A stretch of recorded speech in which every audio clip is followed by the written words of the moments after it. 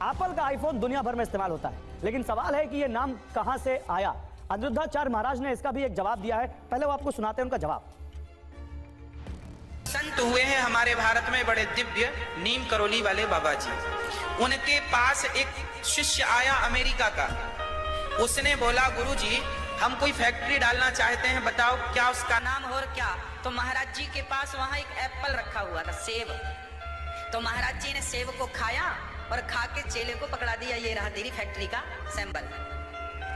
बस खाया हुआ एप्पल महाराज जी ने दिया उस अमेरिका के शिष्य को। उसने उस खाए हुए एप्पल को इतना बड़ा ब्रांड बना लिया कि आज पूरी दुनिया में सबसे बड़ा ब्रांड है उसका।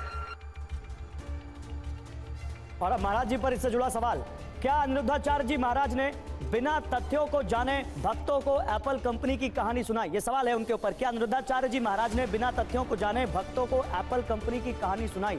महाराज जी, ये आपके दिमाग में कैसे आए? कहां से आपने तथ्य जाना कि स्टीव जॉब्स को नीम करोली बाबा ने खाया हुआ एप्पल दिया था? एप्पल बनाने वाले जो मालिक हैं, जो भी हैं, वो नीम करोली आश्रम आए थे कि नहीं, पहले आप ये बताइए। जी आए थे, मिले थे। उनकी संतों के प्रति बड़ी श्रद्धा थी। किससे मिले थे? नीम करोली वाले बाबा जी से, महाराज जी से नहीं मिले थे।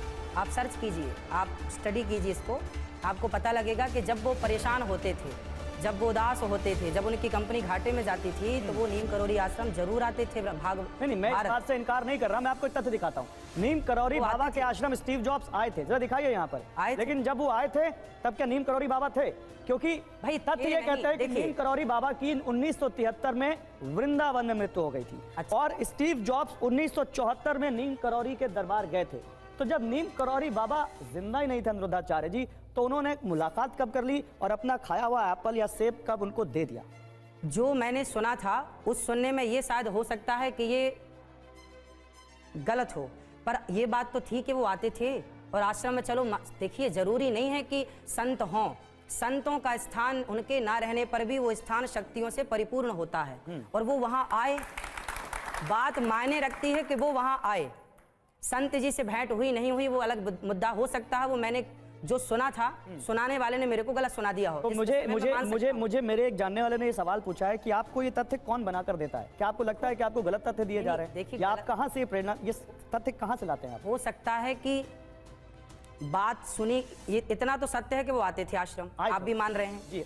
अब इसके बाद वो मिलना हुआ नहीं मिलना हुआ, वो बात किसी ने बताई, हमने सुनी। शायद हमें उद्देश्य ये नहीं था कि उन्होंने एप्पल खा के दिया। उद्देश्य ये था, समाज को समझाना ये था कि दुनिया के सबसे बड़े ब्रांड का व्यक्ति, दुनिया का सबसे अमीर व्यक्ति भी संतों के चरणों में आकर बैठ करके संतों से सीख लेता है, तो आप भी अपने बच्चों को संतों के पास भेजा करो।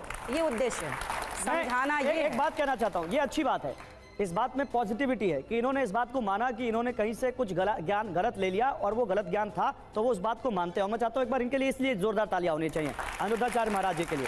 लेकिन ये वो तथ्य मान रहे हैं कि ये गलत तथ्य था और आप आगे से जब भी ऐसे तथ्य रखेंगे तो उनको चेक जरूर करेंगे अनिरुद्धाचार्य जी। बिल्कुल, आपकी बात से हम सहमत हैं। परंतु हमारा उद्देश्य कहने का सिर्फ इतना है कि संतों से जो आजकल के बच्चे दूर हो रहे हैं, इसी से वो संस्कारहीन हो रहे हैं। यदि वो संतों से जुड़ते तो संस्कार जरूर पाते।